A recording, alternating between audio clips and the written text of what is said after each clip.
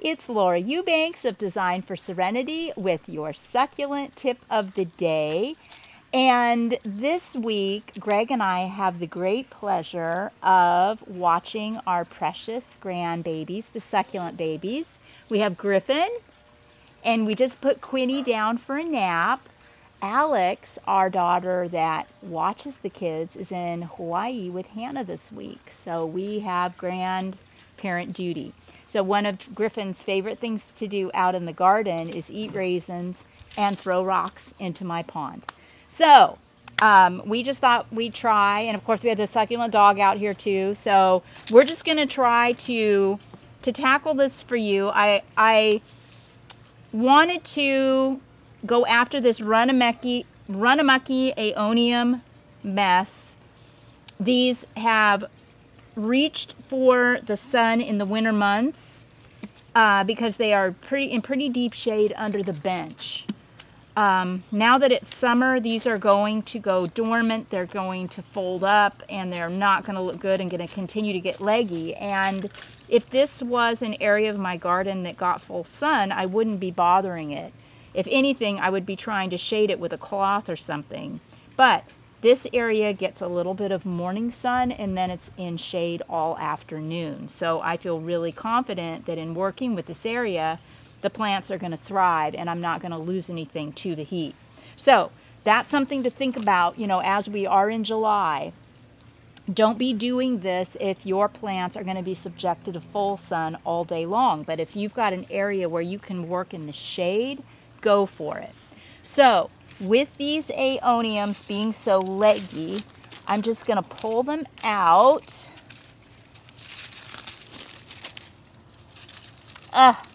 My goodness. I have worked with these as cuttings more times than I can count, and yet they've still managed to throw off a pretty significant root system in here. This feels so good because it is such a mess. Ugh. All of the, just detritus, leaves, bougainvillea, old dead plant material. So much yuckiness under here. It feels so good to get under here and just clean it all up. And, you know, now that we are relegated to summer, I can't do big giant things. Like, remember back in lockdown last year in the early spring, I tackled the pond area. I mean, I tore that up. It took me like a week. You guys followed me along on that one. But this isn't really the time of the year to be that ambitious. I have to follow my microclimates. Huh, buddy? Can you throw those away for Grandy? Thanks. Okay? Are you sure? Yeah? You good? Yeah? You are very brave. All right. Okay. All right. So, yeah. Yeah, so now... I don't want to fall into it. No, you don't want to fall in the fire pit. That would be bad. All right, so here we go. You know, I have these aeoniums. They're leggy. There's a lot of dead leaves on them. So I'm going to, oh gosh, this is great. I'm going to clean all this stuff up.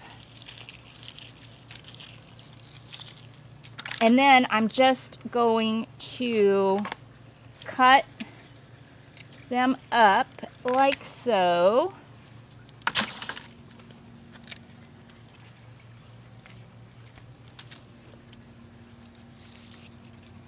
Oh my gosh. Also, by popular demand, we have the Runamucky shirts available in the spring store, and you can get it in any color that you want. Super soft. This is a ladies medium. It's a perfect fit. Really happy. This is the heather gray. Really, really happy with the quality of these shirts. So get them while they're hot. Okay. Ugh.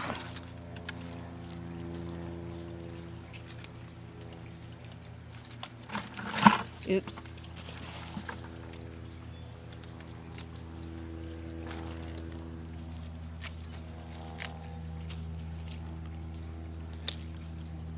These succulents are going to thank me because by cutting off the trunks, I'm forcing the plants back into the shade. And then over the summer and into the fall, since they're in the shade, they'll slowly reestablish a root system. That's okay. That's okay. They'll slowly reestablish a root system and start the whole life cycle all over again. Yeah.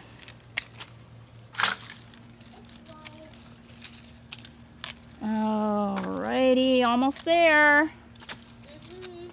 Almost there, buddy. It's so hard to wait. I know. When we're done with the succulent tip of the day, Griffin and I are going to take a walk down to the pool and playground. So he's very eager for me to finish this video. All right. Huh, buddy? Okay. I'm going to take this giant aeonium and I'm going to scratch up the surface. Are you all done, guys? Almost. He says, are you all done, guys? Are you all done, guys? He's just recently turned 3. Okay, so this is the really, really fun part. Now I've cleaned it all up. This soil is really dry, and I'm going to leave it that way until these calluses have a chance to harden off. So this won't see any water from my hose for a week or 2. The roots will start to, air roots will start to come out in a couple of weeks. Because this is going to be mostly shady and cool, the plant won't go completely dormant and the life cycle will continue uninterrupted. So this is the candles and the birthday cake part, where if your succulent stands up, you've done your job. So, you know, I basically just left enough little bit of trunk that I can make sure that that wounded part makes contact with the soil. And I put the big ones in first. And then I can take and tuck some of the smaller ones in like so. Oh, that looks so tight.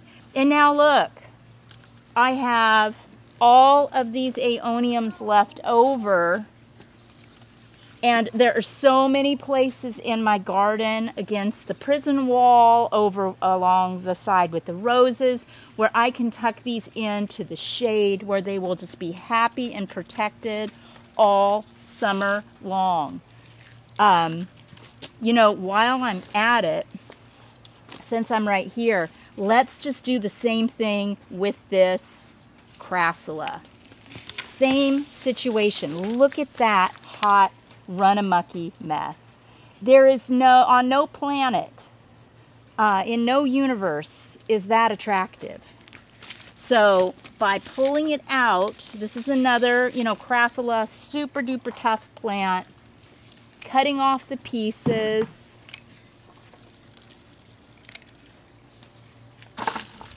And resetting them, they will do fine. I will get a nice compact presentation. You know, this area also is going to be in the shade. And you know what's really interesting about this too is as this plant, you know, was in, there's filtered light in there. Like I said, it gets light part of the day, but it was really reaching for more sun. And look at all of the little plant material along the stem.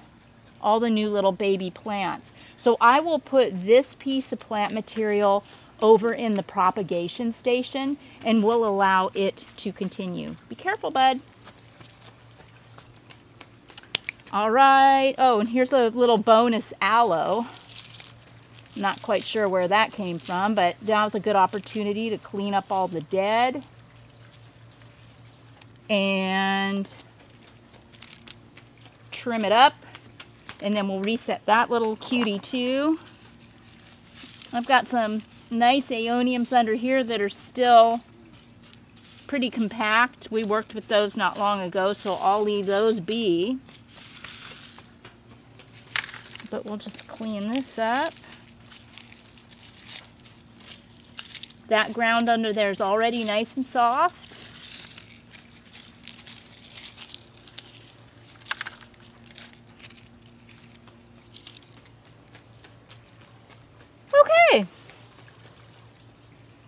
Oh, I was going to say, what'd I do with my crassula? Here it is. Same thing. Same thing as the aeonium. Just taking these pieces. Can you see, Greg, what I'm doing here? Yeah. And just tucking them in. This is basically the hole where I pulled them out. And you know, you can backfill with a little fresh soil if you want. I know I don't need to worry about that in this spot. These crassula have lived here for many years. I've worked with them as cuttings many times. So again, there you go. I have reset. I do see a little hole right here though. So I'm going to fill that in with another piece of my crassula.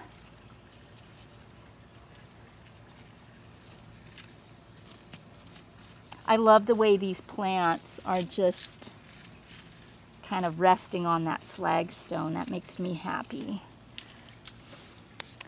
All right, how's that looking? Okay, maybe, see, here's the section that we just did, and now that I've got a little different perspective on it, I can see that another aeonium would really be in order right here. There we go. Okay. Wow, that is 100,000,000% better.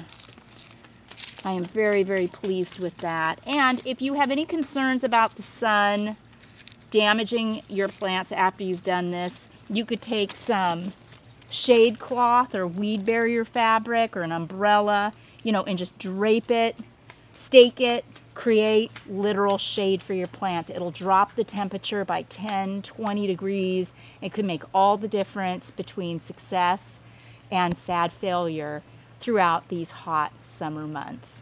This has been Laura Eubanks of Design for Serenity with Griffin and Quinn, the succulent babies, Bentley, the succulent dog, and Greg in my backyard with your succulent tip of the day. You want to say bye, bud?